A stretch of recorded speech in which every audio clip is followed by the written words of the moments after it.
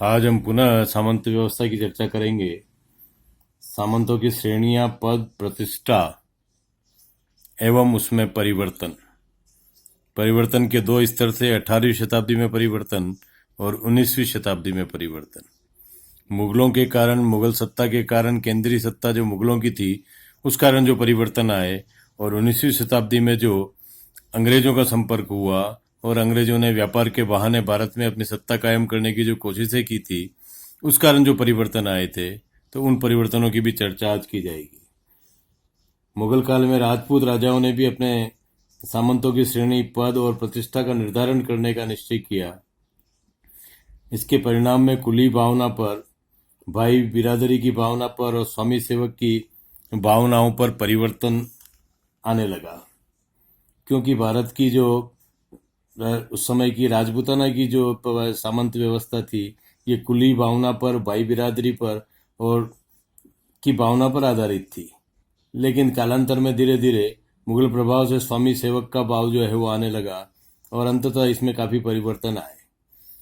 सबसे पहले हम मेवाड़ की चर्चा करेंगे। मेवाड़ में महाराणा अमर सिंह द्वितीय 1698-1710 ईस्वी ने अपने सामंतों को 3 श्रेणियों में विभाजित किया, जो आगे चलकर क्रमशः 16, 32 और गोल के सरदार कहलाए।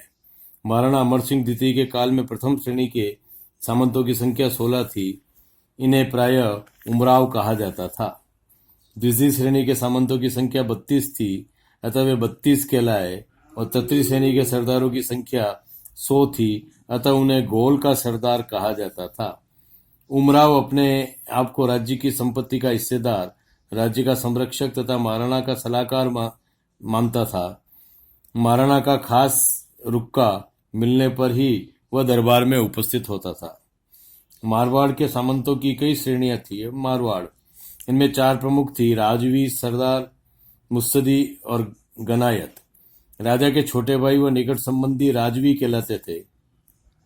राज परिवार के अतिरिक्त अन्य राठौड़ सामंत सरदार कहलाते थे। जिन अधिकारियों को जागीरें मिली हुई थी वे मुत्सदी कहलाते थे, और राठौड़ों के अतिरिक्त अन्य शाखाओं के सामंत गनायत कहलाते थे। जयपुर राज्य में प्राथमिक रूप से जागीरदारों का विभाजन 12 कोटड़ी के आधार पर किया गया था। सामंतों में सबसे प्रमुख राजावत कछवाहा होते थे, जो राजवंश के निकट संबंधी होते थे। इसके बाद 12 कोटड़ी वाले नाथावत, चतुर्भुजोत, खंगारोत, कल्याणोत आदि श्रेणियां होती थी। इनके अतिरिक्त शेखावतों, नरुकों, गोगावतों आदि की कोटड़ियां भी थी। कोटा में सेवा के अनुसार सामंतों का पद निर्धारित होता था। कोटा में सामंत देशवी, देश में रहकर सेवा करने वाले, तथा हजूर थी, राजा के साथ मुगल सेवा में रहने वाले, इस तरह की 2 श्रेणियों में विभाजित किए गए थे।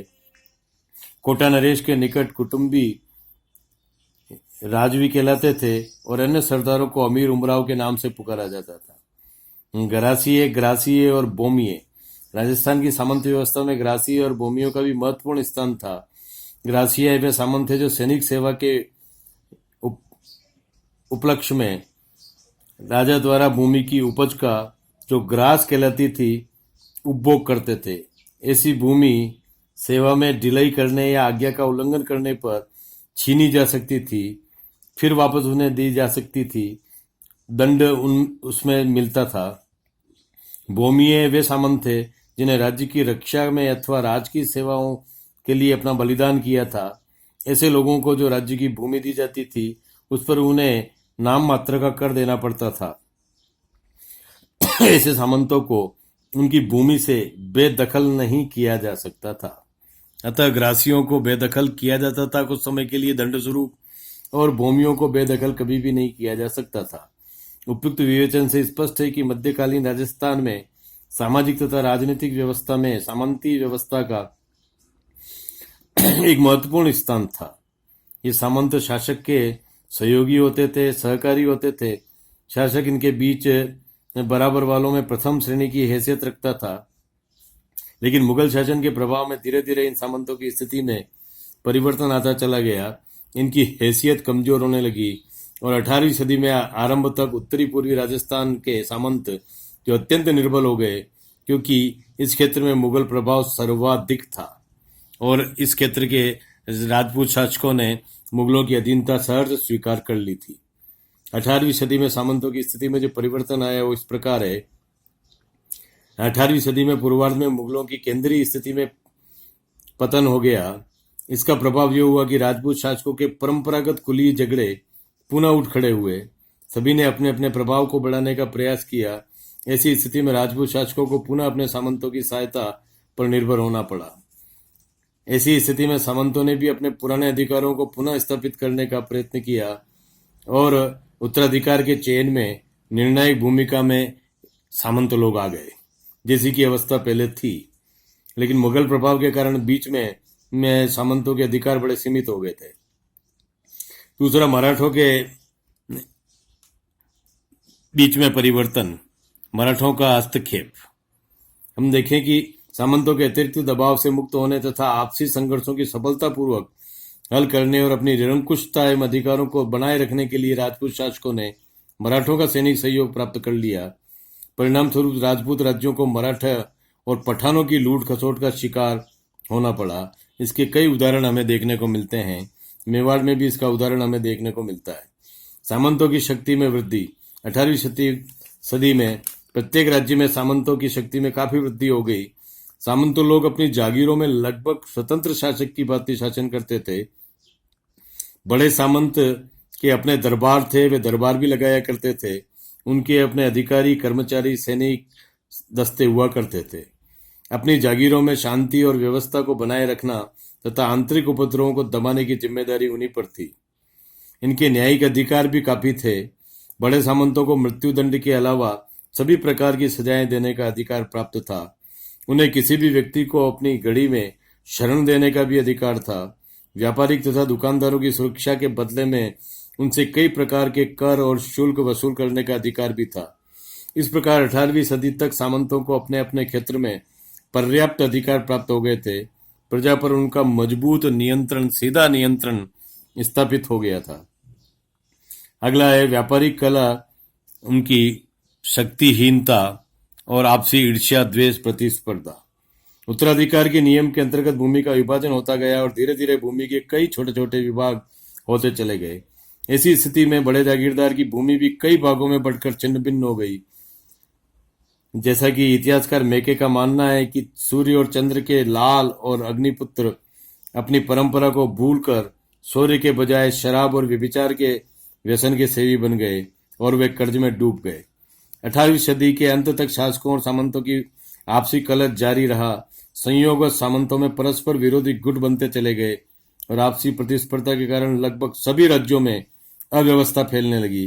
जोधपुर, उदयपुर, बीकानेर आदि राज्यों में तो शासकों और सामंतों के मध्य तथा सामंतों का एक दूसरे के विरुद्ध संघर्ष चरम सीमा तक पहुंच गया था। ऐसी स्थिति में राजपूत शासकों ने ब्रिटिश संरक्षण स्वीकार किया, परंतु इसके बाद भी खालसा भूमि और सैनिक सेवा, उत्तराधिकार शुल्क और सामंतों के अधिकारों को लेकर राजाओं का अपने सामंतों के बीच में लंबे समय तक विवाद चलता रहा। ये विवाद जो है, इस विवाद के कारण ही हम देखें कि उस संपूर्ण मतलब कि भारतीय राजनीतिक सत्ता का जो एक पतन है वो इसी प्रभाव के कारण हुआ। और इसी अंतराल को देखते हुए अंग्रेजों ने अपनी जो मुगल सत्ता थी को हटा करके अपनी सत्ता कायम की ईस्ट इंडिया कंपनी के बहाने से। मुगल प्रभाव से सामंती प्रथा में जो दोष उत्पन्न हुए थे, जो परंपराएं उत्पन्न हुई थी, उनमें प्रमुख है उत्तराधिकार शुल्क। उत्तराधिकार शुल्क राजपूत शासकों द्वारा जागीर के नए उत्तराधिकारी से वसूल किया जाता था। इस शुल्क ने राजाओं तथा सामंतों के बीच में कटुता उत्पन्न कर दी। इस शुल्क के कारण सामंतों की राजा के प्रति निष्ठा में कमी होती चली गई। दूसरा है आपसी कुलीय प्रतिस्पर्धा। सामंती प्रथा ने कुलीय प्रतिस्पर्धा को जन्म दिया और कुलीय प्रतिस्पर्धा मुगल सम्राटों के लिए लाभदायक साबित हुई। अतः अंग्रेजों ने इस प्रतिस्पर्धा को बढ़ावा देने में पूरा योगदान दिया। उन्होंने अपने स्वार्थों की पूर्ति के लिए कुलीय प्रतिस्पर्धा में हस्तक्षेप किया, प्रोत्साहन दिया और इस अंतराल को बढ़ाने में मदद की ताकि भारतीय शासकों का अंत हो सके।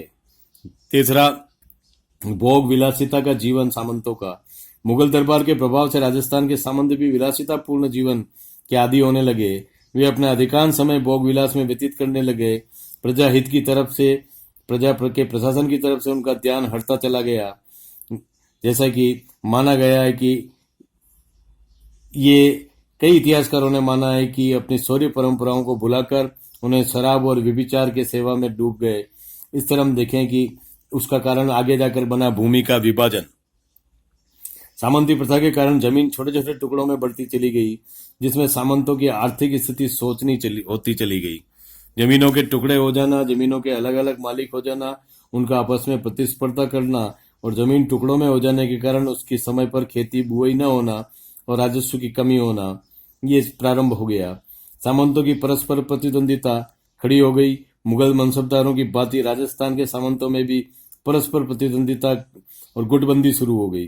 प्रत्येक राज्य के सामंत अनेक गुटों में बंट गए और आपस में लड़ने लगे और अपनी शक्ति को व्यर्थ में नष्ट करने लगे और अपनी शक्ति का प्रयोग एक दूसरे के खिलाफ ही करने लगे। राजाओं और सामंतों के बीच में संघर्ष। एक और सामंत अपनी शक्ति को वृद्धि करना चाहते थे, दूसरी ओर राजपूत नरेश उनके बढ़ते हुए प्रभाव को कम करना चाहते थे, अंकुश लगाना चाहते थे। इस आपसी विरोधी प्रतिस्पर्धा में परिणाम स्वरूप राजपूत शासकों तथा सामंतों के बीच में समय समय पर कड़ा संघर्ष होता रहा।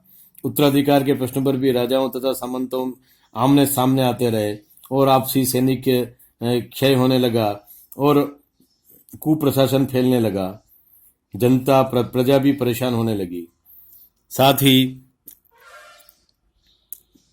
सामंतों द्वारा केंद्रीय सेना के गठन के बाद में अपनी उपयोगिता खो देना। केंद्रीय सेना का गठन। राजपूत शासकों ने अपने सामंतों के प्रभुत्व से मुक्ति पाने के लिए, उन पर अपना प्रभुत्व स्थापित करने के लिए केंद्रीय सेना का गठन किया, जिसे भाड़े की सेना या बड़े सेना के गठन के नाम से भी जाना जाता है।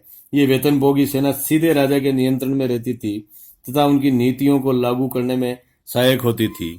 ये सेना पहले सेना को लेकर के राजा को अपने सामंतों के जागीरदारों की सहायता के अधीन रहना पड़ता था, मोहताज रहना पड़ता था।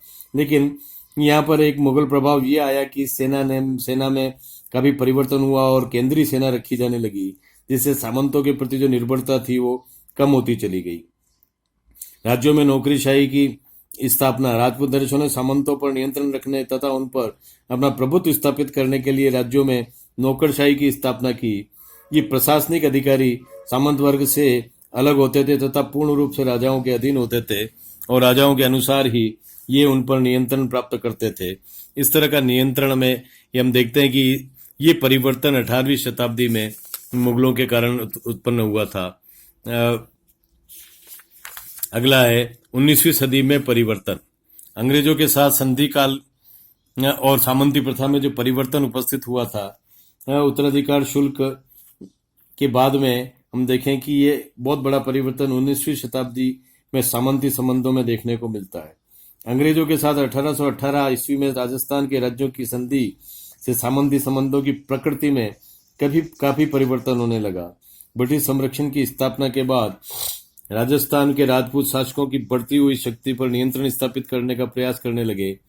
शासकों एवं सामंतों के बीच विवाद के मुख्य विषय खालसा भूमि, सैनिक सेवा, उत्तराधिकार शुल्क और सामंतों के अधिकारों की मांग थी। 19वीं शताब्दी की सामंती व्यवस्था में परिवर्तन की जो कारक थे वो इस प्रकार थे। खालसा भूमि। राजाओं द्वारा ब्रिटिश संरक्षण स्वीकार करने के पूर्व ही निर्बल स्थिति का लाभ उठाकर कई शक्तिशाली सामंतों ने खालसा भूमि पर अपना अधिकार कर लिया था। खालसा भूमि से तात्पर्य उस भूमि से था जो राजा सामंत के किसी अपराध के कारण अथवा उसके निसंतान होने की स्थिति में छीन लिया करता था। राजाओं ने खालसा भूमि पर अधिकार करना चाहा, किंतु सामंतों ने उसका विरोध किया। हार कर इन सामंतों ने ब्रिटिश सहायता की मांग की। अंग्रेजी सरकार ने इस प्रार्थना को स्वीकार कर लिया।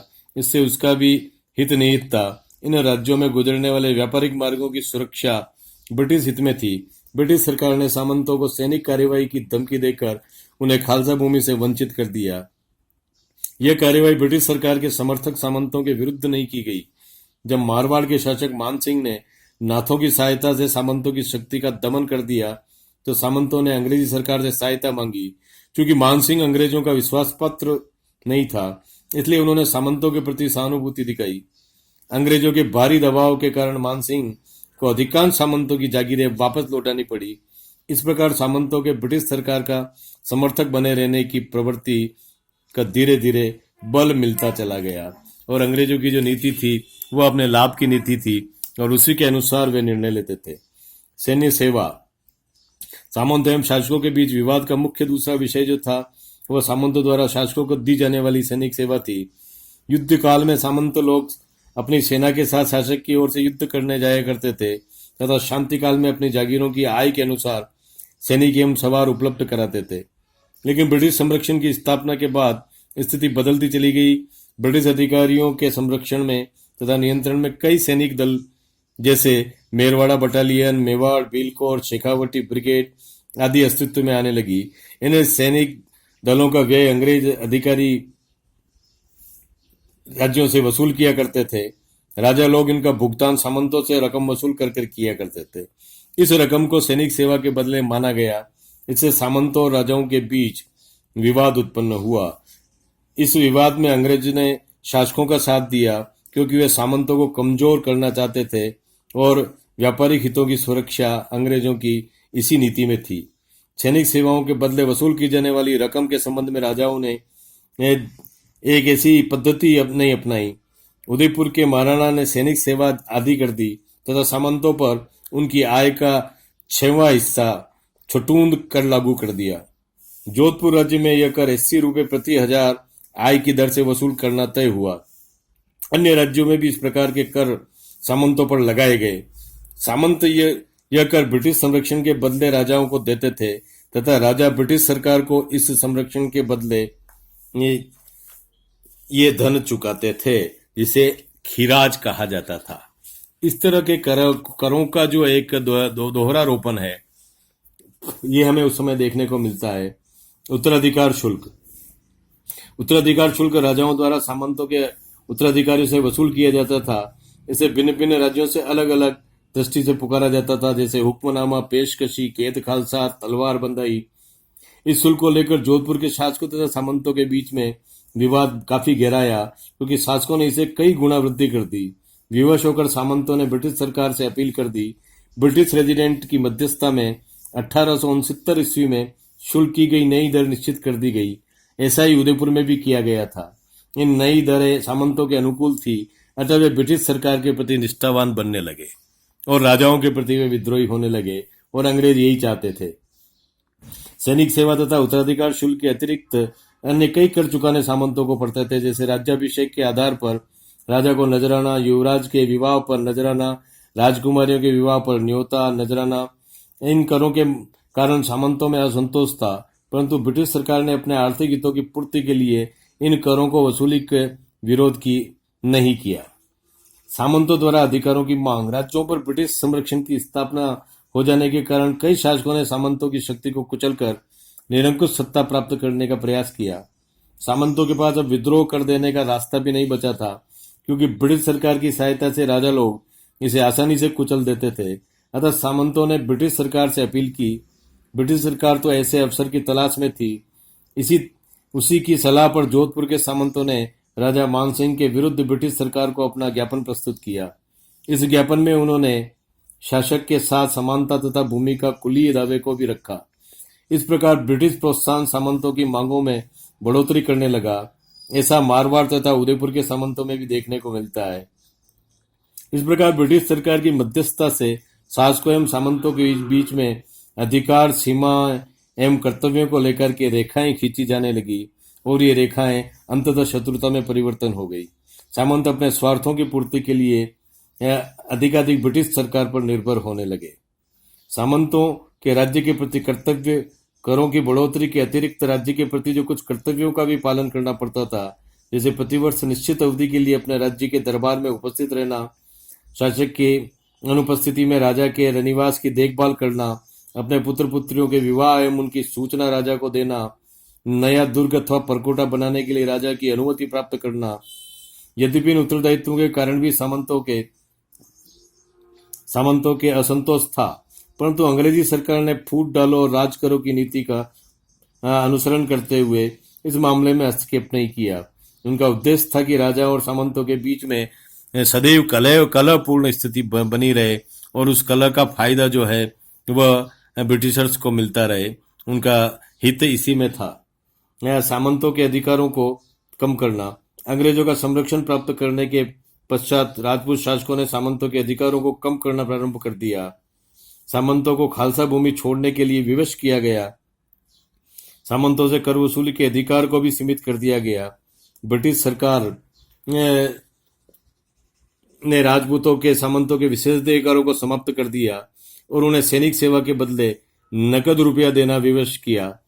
इस प्रकार सामंतों के न्याय संबंधी अधिकार कम कर दिए गए। सामंतों के विरुद्ध मुकदमों की सुनवाई के लिए सरदार कोर्ट्स स्थापित किए गए। सामंतों को भी न्यायालय शुल्क देने के लिए विवश किया गया। पहले सामंत व्यापारियों के राहदरी आदि शुल्क वसूल करते थे तथा इसके बदले में व्यापारियों को सुरक्षा प्रदान करते थे, परंतु राजपूत शासकों ने यह विशेष अधिकार समाप्त कर दिया।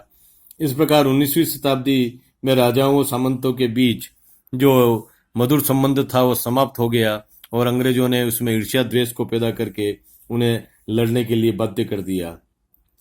19वीं शताब्दी के जो परिवर्तन थे, ये जो सामंतों और व्यवस्था में जो परिवर्तन आए, ये परिवर्तन ही हम देखते हैं कि भारत की जो गुलामी का जो मूल नींव जो है उसका जो कारण है, उस कारण की ये प्रतिस्थापना थी, जिसको अंग्रेजों ने उस खाई को खोद करके, उस खाई को, आपसी खाई को बढ़ा करके अपने हितों का संसाधन करते हुए इस सामंती व्यवस्था का पूरा फायदा अंग्रेजों ने उठाया